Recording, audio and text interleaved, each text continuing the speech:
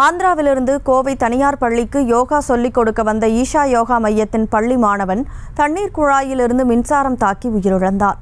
இதுகுறித்த கூடுதல் தகவலோடு இணைகிறார் செய்தியாளர் பரிமளா. வணக்கம் பரிமளா, உயிரிழந்த சிறுவன் குறித்த விவரம். கனிமொழி, ஈஷா யோகா மையத்தில் பள்ளியில் படிக்கக்கூடிய 12ஆம் வகுப்பு மாணவன் ஆந்திர மாநிலத்தைச் சேர்ந்த மோட்சனா என்ற மாணவன் மின்சாரம் தாக்கி உயிரிழந்த சம்பவம் பரபரப்பை ஏற்படுத்தி இருக்கின்றது. அதாவது சர்வதேச யோகா தினம் நேற்றைய தினம் கொண்டாடப்பட்ட நிலையில் ஈஷா பள்ளியில் மாணவர்கள் சிலர் சீலமேடு அருகே இருக்கக்கூடிய ஒரு தனியார் பள்ளிக்கு யோகா செய்ய வந்திருந்தனர்.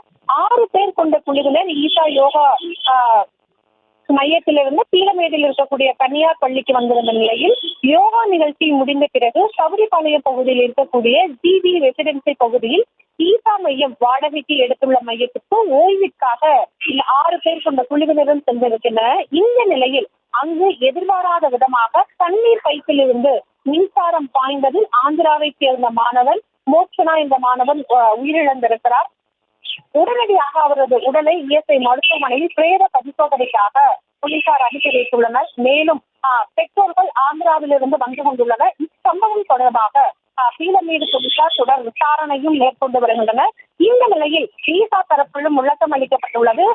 மோட்சனா எதிர்பாராத விதமாக மின் அதிர்ச்சிக்கு ஆளாகியுள்ளதாகவும் அவரை உடனடியாக சிகிச்சைக்காக மருத்துவமனைக்கு கொண்டு சென்றதாகவும் அங்கு அவரை பரிசோதித்த மருத்துவர்கள் அவர் உயிரிழந்து விட்டதாகவும் இதுகுறித்து அவரின் பெற்றோருக்கு தகவல் தெரிவிக்கப்பட்டுள்ளதாகவும் பள்ளியின் முதல்வர், அதாவது ஈஷாவும் பள்ளியின் முதல்வரும் விளக்கம் அளித்துள்ளார்.